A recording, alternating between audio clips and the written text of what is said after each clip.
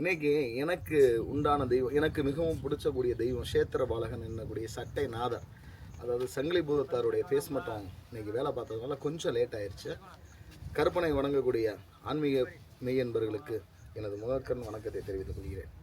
அதாவது 18 படி 18ஆம் படி கற்பன சுவாமி அப்படிங்கிறது இந்த தென் தமிழகத்தில் இருக்கக்கூடிய மிக முக்கியமான ஒரு காவல் தெய்வமாக விளங்கப்படுகிறது.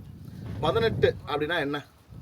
ஆன்மீக ரீதியாக மிக உயர்ந்த அர்த்தங்களை கொண்டது தான் இந்த 18ங்கிற நம்பர்.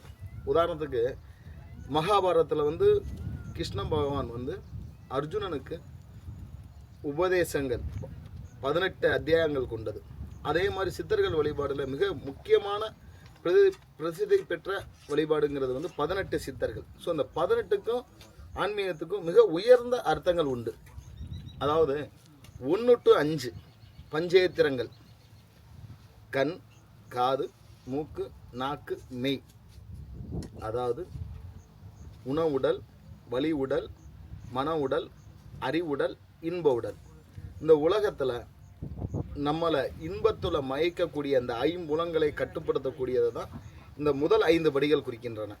அடுத்து 6 முதல் 13 அஷ்டராகங்கள்: காமம், குரோதம், லோபம், மோகம், மதம், மாச்சரியம், தம்பம், அசூயை. இந்த 8 தீய எண்ணங்கள். அதாவது காமம் என்பது அதிக ஆசை, குரோதம் என்பது கோபத்தை குறிக்கக்கூடியது, லோபம் என்பது விரோதத்தை குறிக்கக்கூடியது, அதாவது பிடிவாதத்தை குறிக்கக்கூடியது, மதம் என்பது கர்வத்தை குறிக்கக்கூடியது. இந்த மாதிரி ஒரு 8 தீய குணங்கள். அசூயை என்பது பொறாமையை குறிக்கக்கூடியது. இந்த மாதிரி 8 தீய எண்ணங்கள்லேருந்து நம்ம விடைபெற்று வரக்கூடிய தத்துவத்தை தான் இந்த 6வது படியும் 6வது படியிலிருந்து 13 படி வரைக்கும் நம்மளுடைய வாழ்க்கை தத்துவத்தை உணர்த்துகிறது. அடுத்து 14 முதல் 16 சத்வம், ரஜஸ், தமஸ். அதாவது அமைதி, சுறுசுறுப்பு, அறியாமை.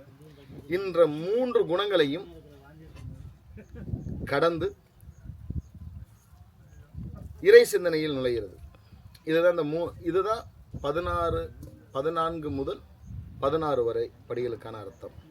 அடுத்து 17, 18 வித்யா மற்றும் அபிவித்யா. அதாவது அறிவு, அறியாமை. அறியாமையை ஒழித்து இறை ஞானம் பெறுதல், இறுதியில் இறைவனிடம் முக்தி பெறுதல். இதுதான் இந்த 18 படிகளுக்கான அர்த்தங்கள். இந்த 18 படியும் மனிதனுடைய வாழ்வியல் தத்துவங்களை கொண்டது. அதனால தான் 18 படிகள் கொண்ட தர்ம சாஸ்தா ஐயப்பன் சொல்கிறோம். 18 படிகள் கொண்ட கற்பனசாமி, 18ஆம் படி கற்பனசாமி என்று சொல்கிறோம்.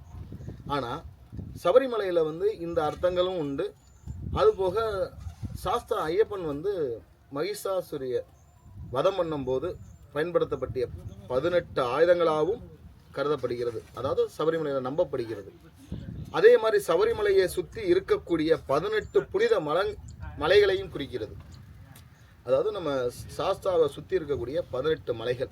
இந்த 18 மலைகளின் புனிதமாகவே இந்த 18 படிகளை கருதப்படுகிறது.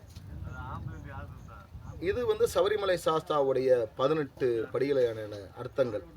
அதே மாதிரி அந்த 18 படியில் சந்திரன், சூரியன், விநாயகர், சிவன், பார்வதி வாசம் செய்கிறதாகவும் நம்பப்படுகிறது. இதுதான் அந்த 18 படிகளுக்கான அர்த்தம். இந்த 18 படிகள் சாஸ்தாவுக்கான அர்த்தங்களாக கருதப்படுகிறது. ஆனால் நம்ம வணங்கக்கூடிய 18ஆம் படி கற்பனசாமிக்கான அர்த்தங்கள் என்பது வேறு. அது இந்த வாழ்வியல் தத்துவமும் ஒன்று. இந்த 18 படி உருவாக்கான கதை கொஞ்சம் நீளமான கதை. இதை நான் உங்களுக்கு நாளைக்கு உள்ள வீடியோவில் போடுறேன். ஏன்னா அது கேரளா தேசத்துலேருந்து ஒரு அரசன் 18 லாடர்களை அனுப்பக்கூடிய கதை. அதை பற்றி நாளைக்கு நான் சொல்கிறேன். இப்பேற்பட்ட 18 படிக்கான தத்துவம், மனித வாழ்வியல் கொண்ட அந்த தத்துவத்துடன் கொண்ட 18ஆம் படி கற்பனசாமியை இந்த பரம்பை மாநகரில் திருச்சாத்தநல்லூர் என்ற கிராமத்தில் ராஜா நகரில் நம்ம அமைக்க போகிறோம். நேற்று நம்ம பேஸ்மெண்ட்டை வேலையை காமிச்சோம். இன்றைக்கும் பேஸ்மெண்ட்டும் வேலைகள் ஓடிக்கிட்டு இருக்கு. முழுக்க கருங்கல். 12,000 சதுரடியில் அந்த மகா ஈஸ்வர குத்த சாத்தனார் ஆலயம் திருப்பணி நடைபெற்று கொண்டு இருக்கிறது. அதில் நம்ம கற்பனசாமியுடைய 18 படிக்கான திருப்பணி வேலை நடைபெற்று கொண்டிருக்கிறது. அதற்கான வரைபடத்தை இப்போ உங்ககிட்ட நான் காமிக்கிறேன். வாங்க பார்ப்போம். பெரிய கற்பனசாமியுடைய வரைபடங்கள் நல்லா பாருங்கள். 18 படி.